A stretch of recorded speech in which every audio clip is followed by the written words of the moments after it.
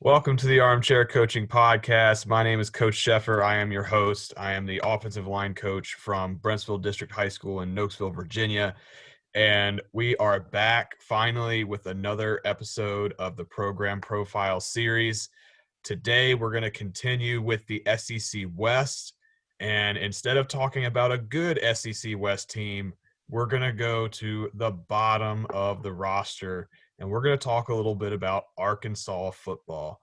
And so while Coach Bandstra is making his way back, Coach Bennet, would you like to introduce yourself? Sure. I'm Mathew Bennett. I'm the co-offensive coordinator and offensive line coach at Clinton High School in Clinton, South Carolina. I don't have a podcast or YouTube channel. I do frequent this one because Coach Sheffer keeps accidentally sending me the links every week or every couple times a week, whenever we do it. And me and Coach Bandstra just keep finding our way back on here. But if you'd like to talk some football, you can follow me on Twitter, Coach Bennet32. Shoot me a message. I'll talk football anytime with anybody as long as it's offense. We don't talk about defense over here because defensive coaches are communists. But if you are going to get on YouTube, check out Coach Banstra's channel to see cutting-edge male haircuts. Coach Bandstra, do you have a rebuttal? I mean, I'm just jealous that my nice haircut is not nearly as good as Coach Bennett's. My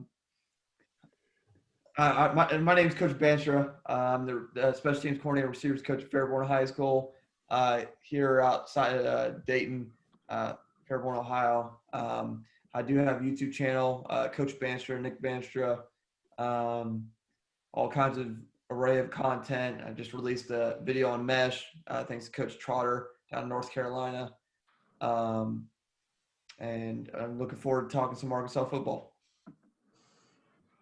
Fix the chat. Oh, hold on. Sorry, listeners. Let me fix the chat room real quick. So if nobody knows, we have a very very interesting chat that always goes on this podcast. Unfortunately, you guys can't see it. I would love to somehow be able to have you see this chat show up, but we'd all be fired. We probably would. I lost Except for my Coach thought. Steve. Coach Steve just kind of takes it. Yeah, he never responds. So I'm kind of using the school's Zoom account to do this podcast, and so they have it set to so that the kids cannot chat with each other unless I let them. So basically, what you're doing. Yeah, I forgot to let them let you guys have at it. All right, so real quick, it's been a while since we've done a program profile, so I have to refresh myself on how we usually do this. Do a little bit of Arkansas stats. So current head coach at Arkansas is Coach Sam Pittman. As of this recording, he has only coached one game so far where they lost to Georgia. They did have a lead at halftime, if I remember correctly, so they did okay for a little while. All-time Arkansas record is 716 wins, 504 losses, and 40 ties with a win percentage of .584. Bowl record, they have 15 wins, 24 losses, and 3 ties, so a winning record of .393 in their bowl games, so not that great bowl game-wise. And they do have one national title from 1964, and not a whole lot more going on for them. Here in a little bit, I'll probably share my screen, and I'll show you guys some of the other coaches' win records. But first, and I'm going to let Coach Bennet talk first because you're from around closer to the area of Georgia where their current where Arkansas's current head coach is from. All right. So I'm going to let you have at it first because you probably have more experience with this. What are your personal thoughts and opinions on Coach Sam Pittman? I think Sam Pittman is a phenomenal offensive line coach. He did a great job while he was at Georgia. And honestly, if I thought about it sooner, we should have got Jake Timmerman from Grayson to come on and talk because I think him and Sam Pittman, or him and Coach Pittman, got pretty tight while he was at Georgia. I think Jake might have cut his grass a couple times. But Coach Pittman is a great offensive line coach, and I hope he does well at Arkansas, because I think offensive line coaches make great head coaches. But that's completely biased on my end. He's a phenomenal recruiter, and I think he did a good job of he didn't come in and fire everybody. He didn't come in and scorched earth the staff. He kept Coach Stepp, their wide receivers coach. He's a South Carolina boy. Played at Newberry College. Got a twin brother that coaches at Georgia State. The Stepp twins. But he kept some pretty good football coaches at Arkansas, and he brought in some really good football coaches. So I like him. I like Coach Pittman. He's no Robbie Caldwell, but he's pretty good. He's a pretty good old boy. Coach Bandstra, what are your thoughts?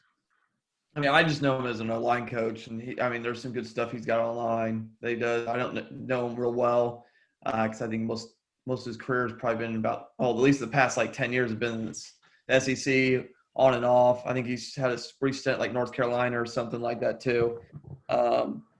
But yeah, I mean, what I know of him, he's one of the better O-line coaches in the country. Outside that, not much. I know. I can tell you Georgia's offensive lines look pretty good the past couple of years. So, I mean, good start. I know a lot of him getting hired there was due to the fact that he'd been an assistant at Arkansas before. Like you said, I mean, they were up at half.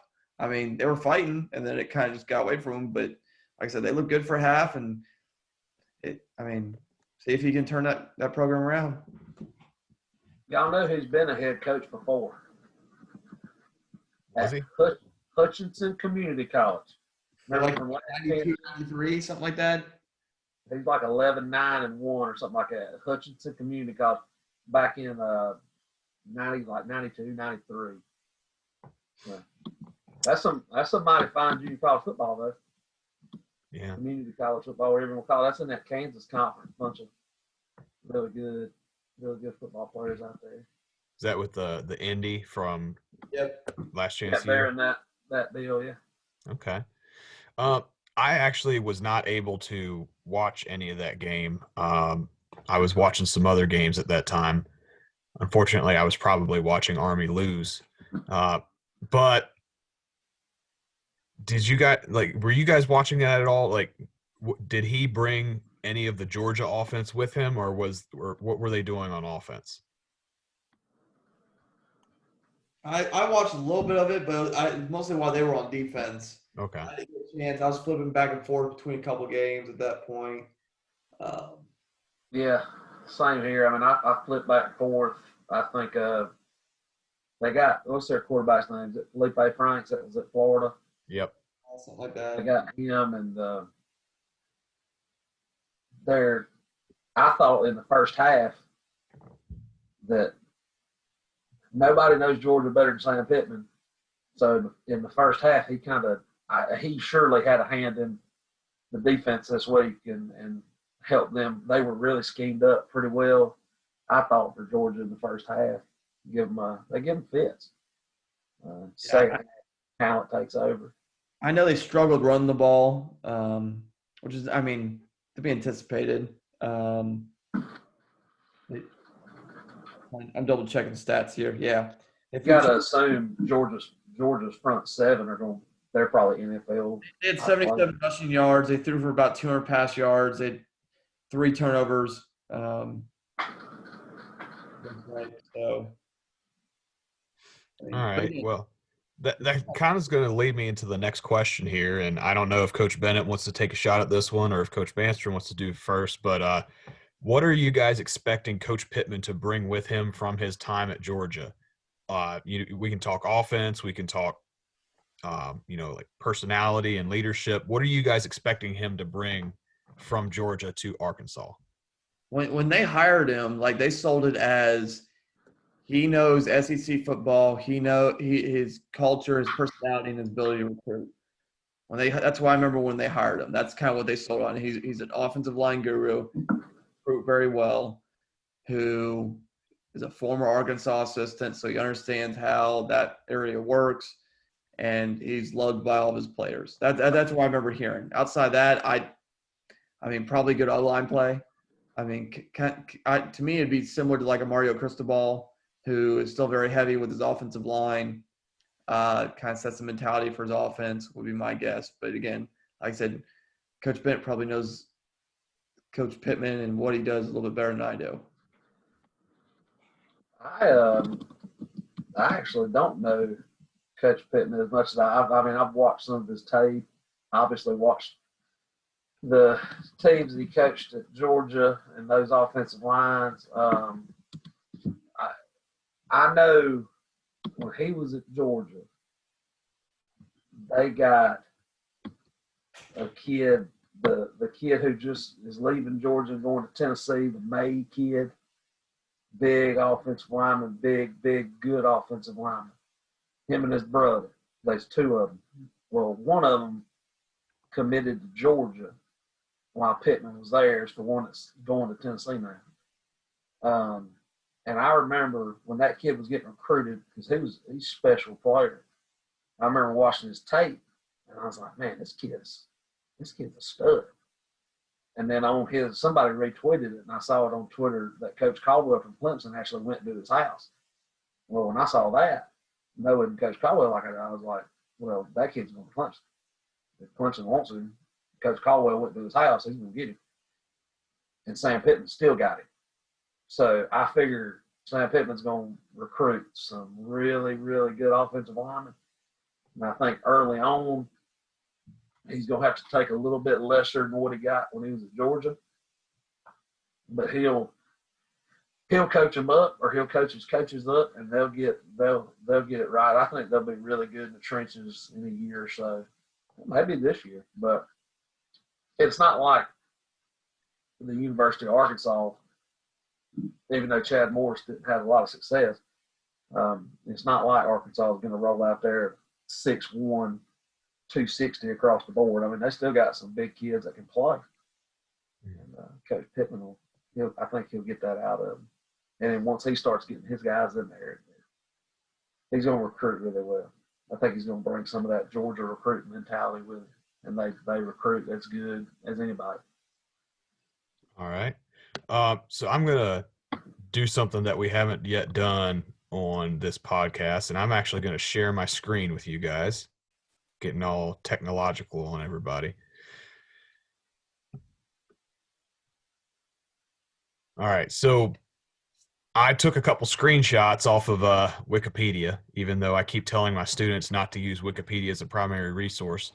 So looking at a couple different coaches that they've had in the past, I'm going to start in 1998 to 2007. Houston Nutt, when he was there, the head coach there, he had a 75 and 46 record, about a .62. Then you look at Bobby Petrino. Bobby Petrino was the last winning coach at Arkansas from 2008 to 2011. He had a record of 34 wins and 17 losses with a winning record percentage of .667. Since then, you had John Smith, who had a .33. You had Brett Bielema, which we're going to talk about in this next question, had from 2013 to 2017, had a 29-win, 34-loss record. Then most recently, you had Chad Morris from 2018 to 2019, had a 4-18 record. So the question that I want to ask is this. Do you guys think that Coach Bielema should have been fired at Arkansas? Was it right that he was fired? Well, to be honest, I never really – it's not that I didn't understand the Bielema hire at Arkansas, but I didn't understand how almost immediately the offense became an issue. You go back and look at Bielema's time at Arkansas, they played some really good football teams, really close. They gave Bama trouble a couple times, but and in the long run, I think it's going to be good for Arkansas because they brought in Coach Morris, essentially the anti-Brett Bielema, as far as, Coach Bielema brought stuff he did at Wisconsin and it worked, and they were in the eye, they run power, they run piss-out football. He never really got recruiting where he wanted it, in my opinion. At Wisconsin, he could get kids. He wasn't competing with as much the players in that part of the country as he was down here. And this could be wrong now because you got Lane Kiffin and you got Mike Leach, but I think at that time in the SEC, a guy who did flip-flop Fridays and was kind of laid back like Coach Bielema, that didn't fit well in the grand scheme of things in the SEC. It didn't fit what everybody else was doing, and it didn't go real well. But I love Coach Bielema. I wish he'd get another head job tomorrow, whether it be back in Big Ten. He's currently at the Patriots, isn't he? Or he Yep, was. He was. Last I checked, last I heard, he was at the Patriots coaching defense. The major thing that I remember from Coach Bielema's time at Arkansas His wife was coach for the Giants. Okay. The major thing that I remember is every year early in the season, it was either the first or second game, they would lose to somebody they should not have lost to, whether it be UL Monroe or Troy, one of those teams that they, by paper should not have lost to. And then they go and they play Alabama to like a 3-point game, in the same year. And it's just like, what in the world was going on? in the same month. Yeah. So that was what I was thinking of. And the type of – you knew exactly what you were going to get, like offensively from Arkansas. You were going to get the big boys up front. They started to look a little bit like Wisconsin once they started recruiting a little bit. I think they were probably bigger at Wisconsin than they were at Arkansas. But they started getting it going a little bit. They never really could pass the ball very well, at least from my opinion. And they couldn't win the big games. And they couldn't win the small games either. I don't know what it was. But he didn't have – it wasn't like a Chad Morris where he won 2 games his whole time, So I think he didn't do what he did at Wisconsin. It wasn't quick enough. Mm-hmm. In the instant gratification world of the SEC. I mean, they expected to be a Rose Bowl caliber team, which translates to below the basic Dixon line, a Sugar Bowl caliber team. As soon as they got there, and it just didn't work fast enough. I think is what one of the things that hurt him. Arkansas's got, Jerry Jones is an alumni. They've got a fan base that their donors certainly have heavy influence, as a lot of places do, but everybody doesn't have donors like that. Yeah, and the one thing that I think of is kind of recency bias, because right before you get Brett Bielema, you had the Bobby Petrino era, and his time, even though it was a little short, you shouldn't wreck your motorcycle, I guess, or else you're not going to be a coach anymore. He was a winning coach, and he was winning big games while he was at Arkansas. And they had running back. They had Darrin McFadden, if I remember correctly. He was like their Heisman. That's Houston Nutt. That was Houston Nutt. I thought he was there Houston Nutt, Gus Malzahn. Okay. I swear I remember. Okay, never mind. Because I remember Bobby Petrino. I don't remember if I was watching him when Darrin McFadden was there. Whatever. But recency bias. They had a winning record. They were beating people, and then you have like a losing year or two, and you expect all these big things from Coach Bielema, and it doesn't quite mesh at first. I wonder if they had given him a couple more years, if they could have started getting things rolling. But how many years was he there? Let me look. 5. 5 years. Losing record his first year and his 5th year. The other 3 years he was bowl eligible. It comes down to what is your expectation at Arkansas? Like, if you're expecting to be Alabama, then you need to make that change. If you want to be bowl eligible every year, then you shouldn't have fired Brett Bielema. Like, Brett Bielema, 3 out of 5 years, is bowl eligible. I mean, and every year you get that cloud of, is he going to get fired? You do that, it's very hard to recruit when every year you're saying, is he going to get fired? Because recruits pay attention to that. Recruits hear that. They're not dumb. Okay? Especially when you're talking SEC caliber recruits. They're high 3s, 4s, and 5-star kids. Okay? If you don't think Nick Saban and the rest of them are going, well, you don't go play for Coach Bielema. They think he's fired. Yeah. Every coach in the country uses that ploy against somebody that's on the hot seat. Okay? So it really comes down to what's your expectation. Okay? Do you want to be like Kentucky and just be like bowl eligible, or do you want to be Alabama? Like, that's what you got to figure out. If not, I mean, they made it clear they want to at least be bowl eligible by firing Chad Morris after 2 years. Okay, right or wrong, that's a whole other conversation. But okay, what is your expectation? I personally, I mean, I thought Brett Bielema. I know why Brett Bielema left Wisconsin for Arkansas. A lot of it was due to the pay for him and primarily his assistants, and that wasn't getting raised. And I don't know if that was necessarily the best fit, but, I mean, they weren't horrible, as you point out. They were competitive. They recruited fairly decently. But, again, you have some major donors who are Arkansas alumni, like the owner Dallas Cowboys. They expect some success. And it is what it is. The Clintons, the Waltons, there's some big names. There's some big names floating around that Little Rock campus. You know, and you got to look at, they're paying Sam Pittman $3 million a year out to shoot. Money's not an object to Arkansas, because you've got the people with oil money. You've got the Walton family that, you know, Walmart's got more money than anybody could ever spend. And they want to be, and not to bring it out, not to make it seem like it always circles back to Clemson, but they look across the Southeast, and Clemson and Arkansas is fairly similar. I mean,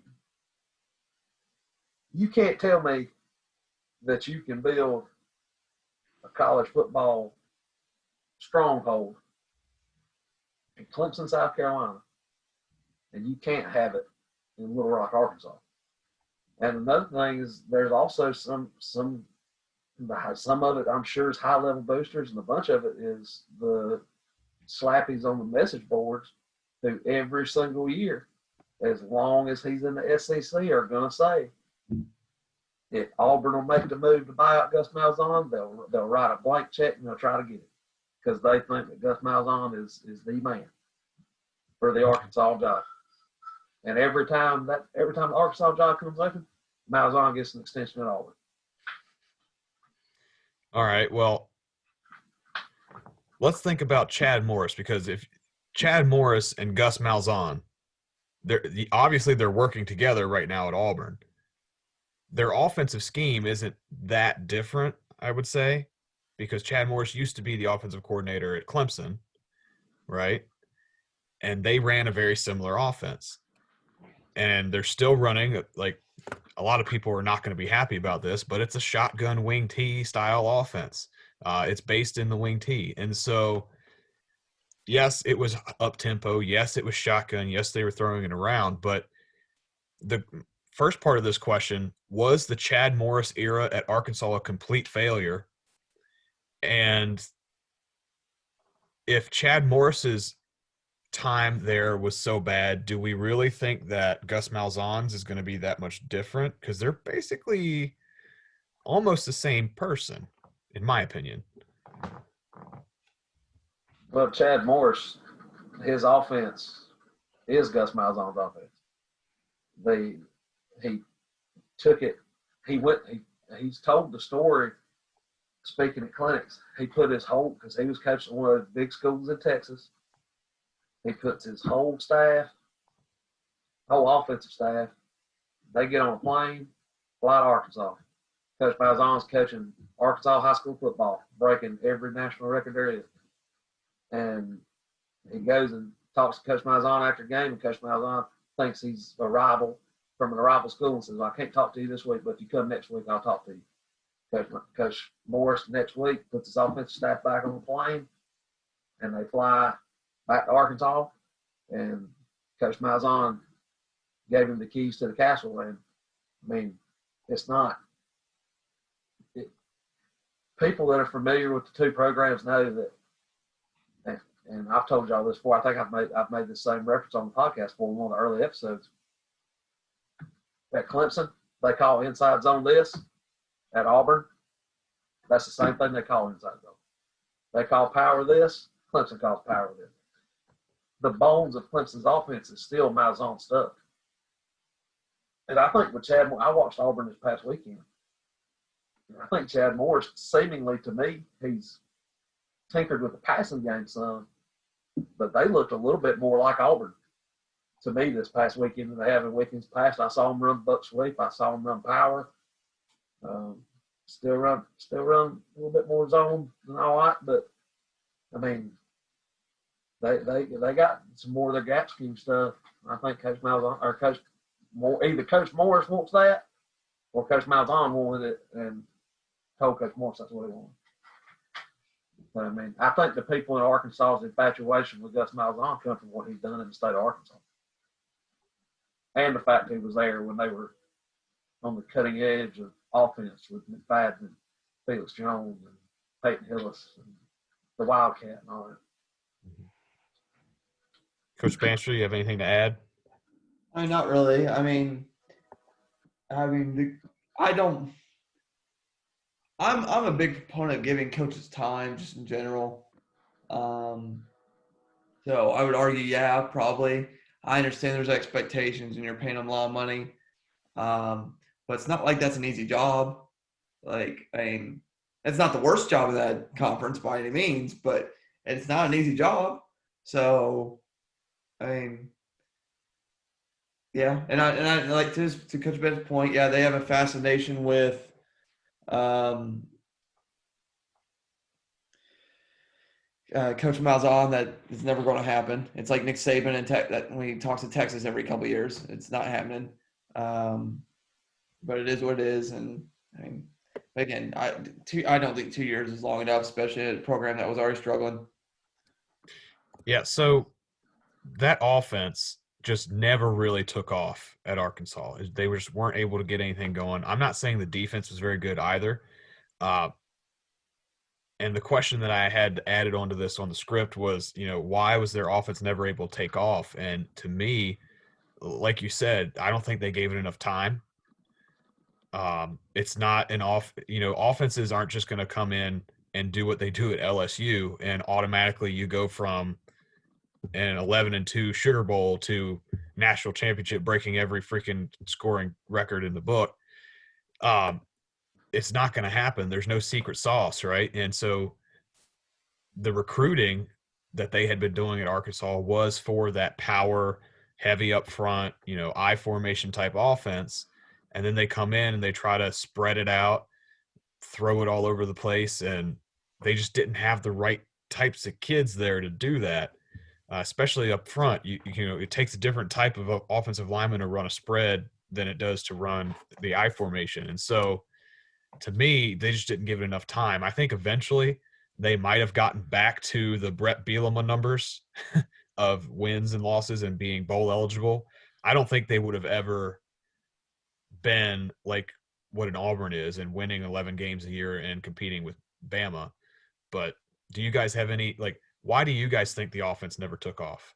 For Chad Morris? Yeah. Quarterback. Yeah. Quarterback and lack of personnel. It's and I know, and I'm stepping on a small minefield here.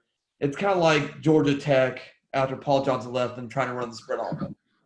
You have 18 running backs, like 4 receivers, and no real tight ends. Same concept. I mean, you come into a Brett Bielema post Brett Bielema, they have 18 tight ends, 12 running backs and like 6 receivers, and you're trying to run a full spread offense.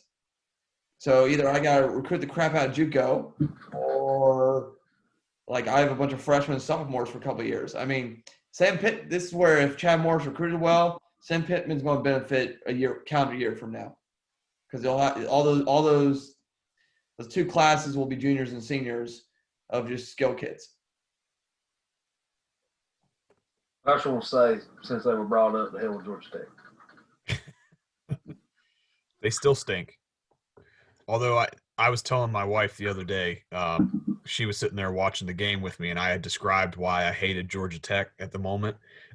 and, but that freshman quarterback is a big boy that they got. And he looks like he's good, but he's trying to do everything by himself. You can tell. Trying too hard to do everything by himself. He doesn't have any supporting characters. If they're able to recruit and get some supporting skilled guys around that guy, maybe an offensive line that can block the what they want to run, I think in a couple of years, I'm not going to like saying it, I think Georgia Tech could be good, and that guy could be a problem in the ACC. I don't think they're going to beat Clemson, because Clemson's always going to be Clemson. But they could be a problem, and a lot of people aren't going to like that. But it's going to take a long time. It's not going to take 2 years. And I don't hate the coaches that are at Georgia Tech. I hate the people that turned on Paul Johnson, the people that forgot that Mississippi State with Dak Prescott go to the Sugar Bowl and absolutely get their ass kicked by Paul Johnson and Georgia Tech, when every NFL player on the field was wearing maroon that night. And those people in Atlanta, they'll Yeah, that's we're eventually we're going to get to Georgia Tech on our program profile, so eventually we'll get there. I'll have to be censored that night. I'll just have to make the rating for that episode explicit. All right, so the next question, I'm going to share my screen here again, because we're going to talk schedule. And we're going to say, looking at this schedule, are there any teams that Arkansas realistically has a chance of upsetting?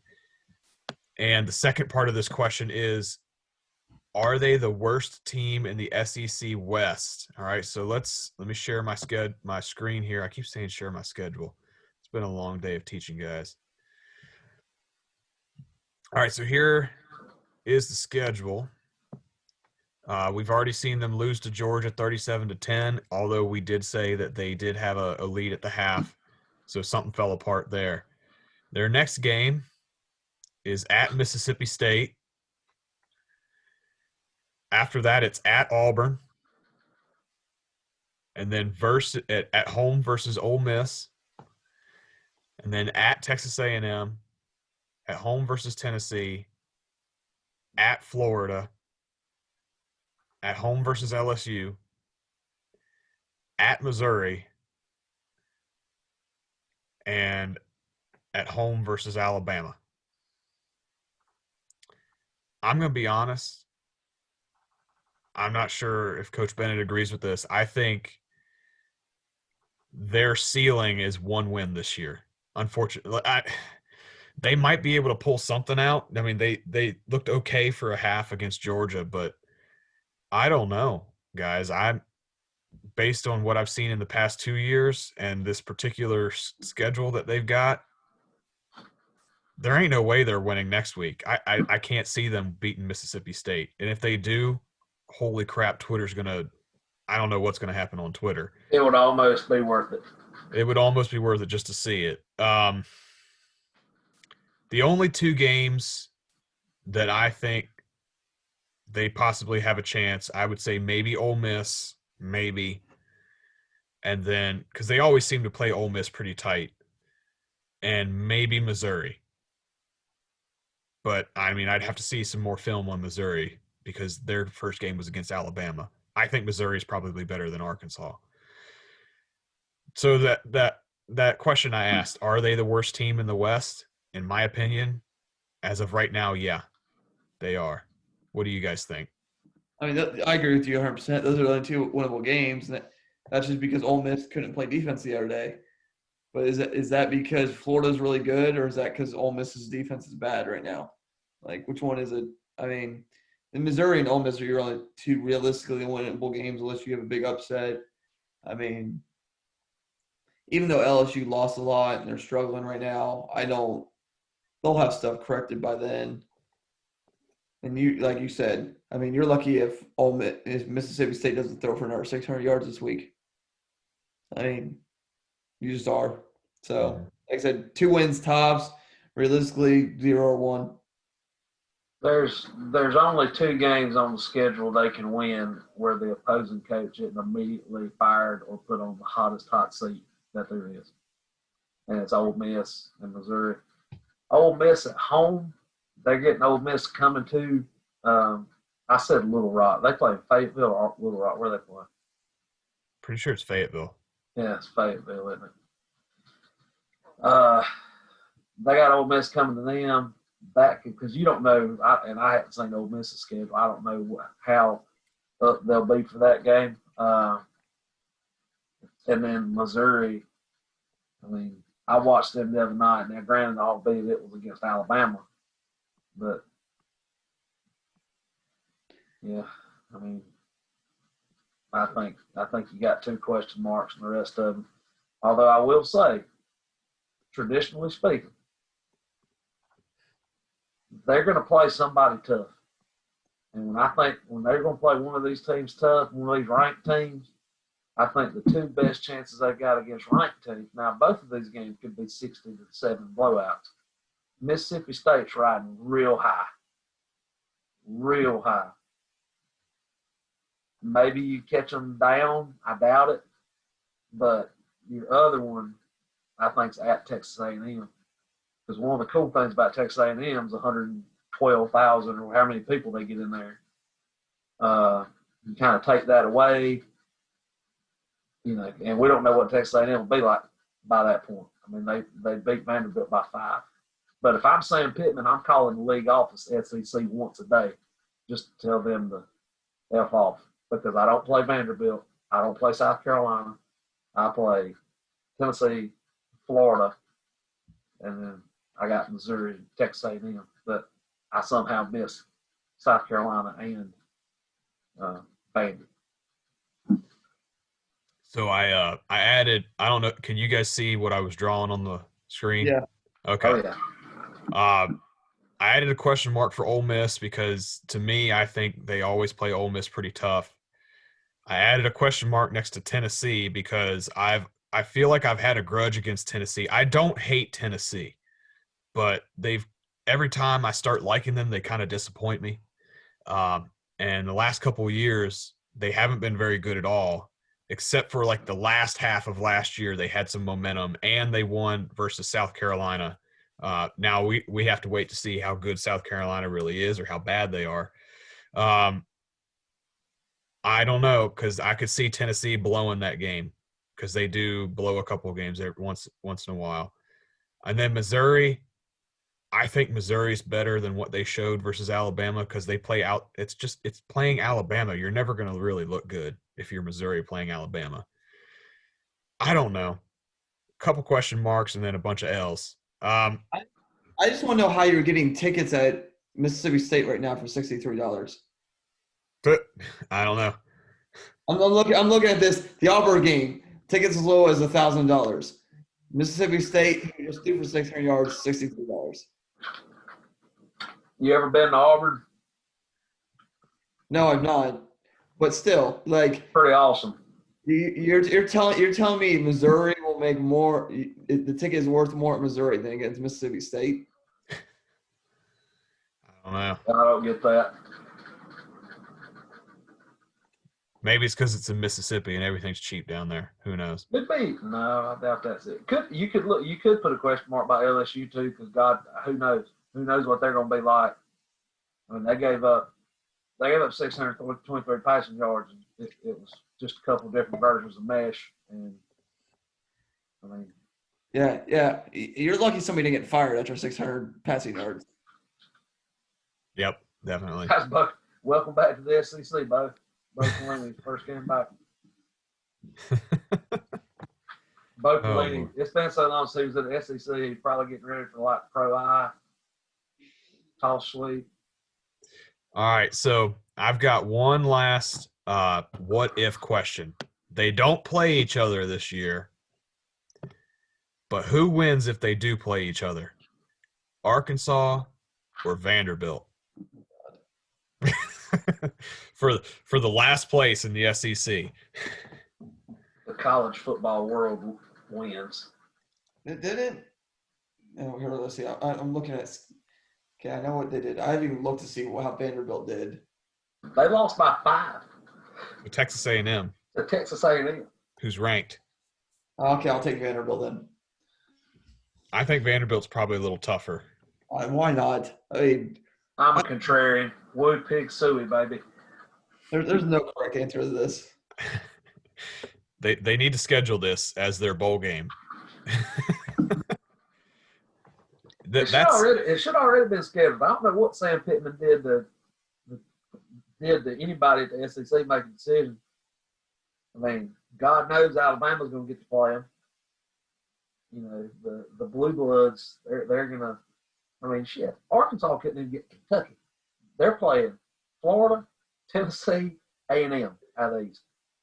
I will say Kentucky played Auburn pretty close there for quite a while.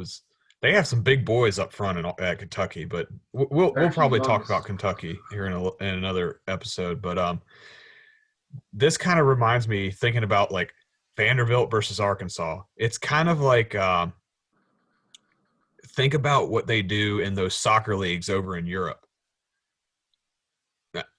If you're not familiar, they have the 2 worst teams play each other.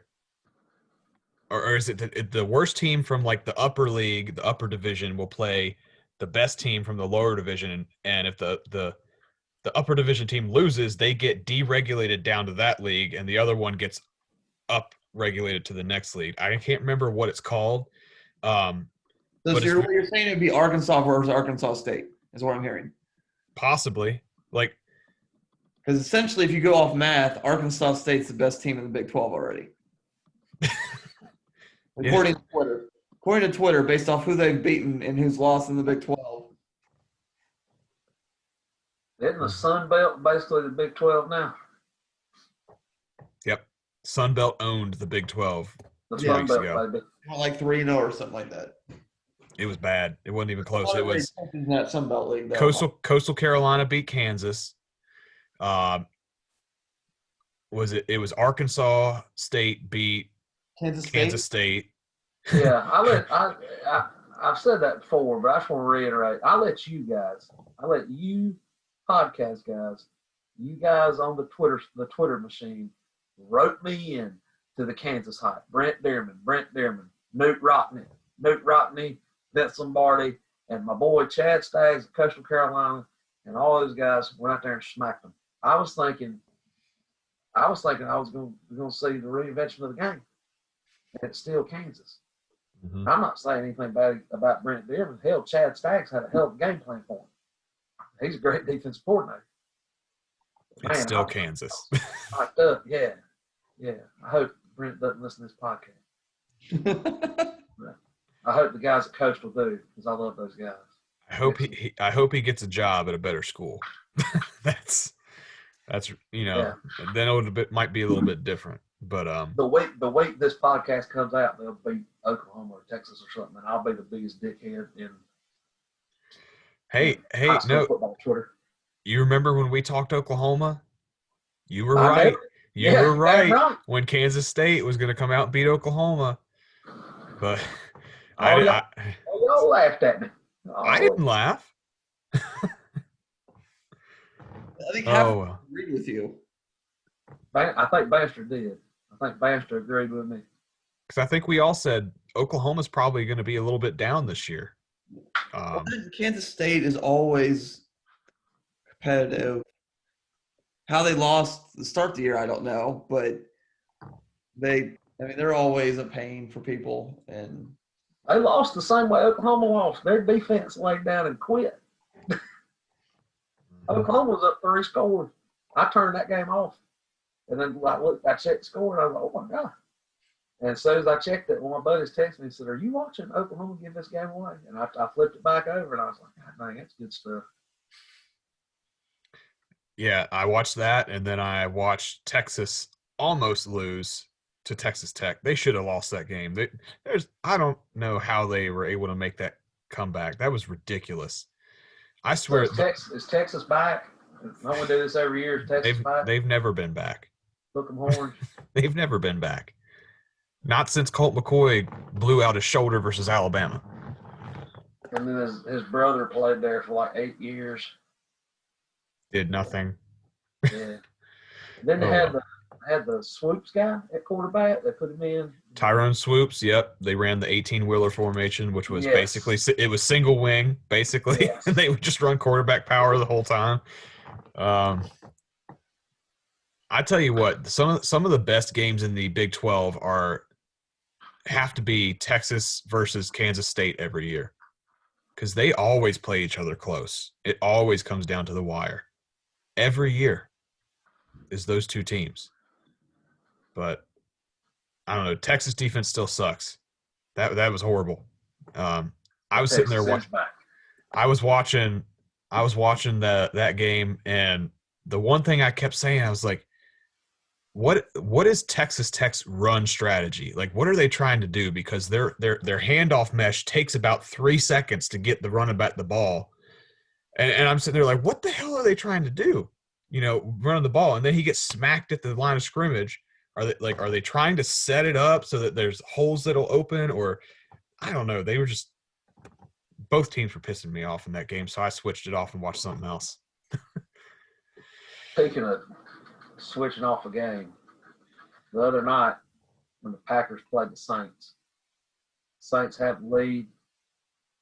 As a Vikings fan that's been abused by Aaron Rodgers for most of my life, when the Packers took the lead in the third quarter now, 27-20, Drew Brees is still on the other team. Packers took the lead 27-20, cut it off. Said, I've danced this dance. I've sang this song. I tell you what, Aaron Rodgers looks like he's going to be on a tear this year. Yeah, maybe they'll cut him. Maybe he'll come to Minnesota. That'd be cool. Hey, Minnesota's doing good, though. Drive for Trevor's still alive and strong. 0-3. Go Vikes. Who's it going to be? Who's going to be the number one pick this year? Is it going to be the Jets, or is it going to be the Vikings, or somebody else? The Bengals are going to go 0-15-1. What are you talking about? Yeah, but y'all not going to draft a quarterback. That's fine. Y'all have number one pick. We'll take number two. Although if you did draft Trevor Lawrence, you have some phenomenal leverage in the trading block.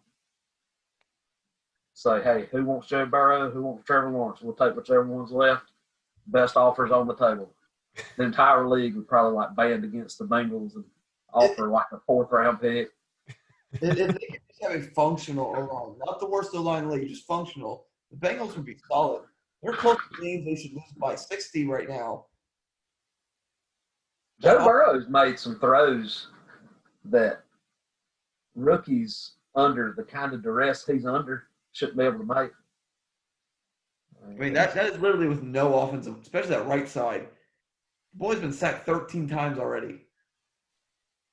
He's going to be like Peyton Manning was his rookie year. He's just going to be beat to hell. I remember that look from their first game where he drives the ball down the field and they almost score, and then they need to kick the field goal, and the kicker gets double calf, It's just like, good Lord. That look he gave on the TV, like, what? That was hilarious. The Bengals are the organization that makes even Viking fans are like, you know what? Still not the Bengals. That's like our saving grace. I'm literally, every week I go into school, the lady right across the hallway from me, she's a sweet lady. She's one of our teachers that works with our football guys. She's our academic coach. Her husband's from Wisconsin. He's a stakeholder, one of them damn fake owners of the Packers. They're huge Packers people. And every week I come in and I'm just like, she said, Vikings took a tough one. That's exactly the way we planned it out. We want to play everybody close, lose every one of them, get Trevor Lawrence. That's what we're trying to do.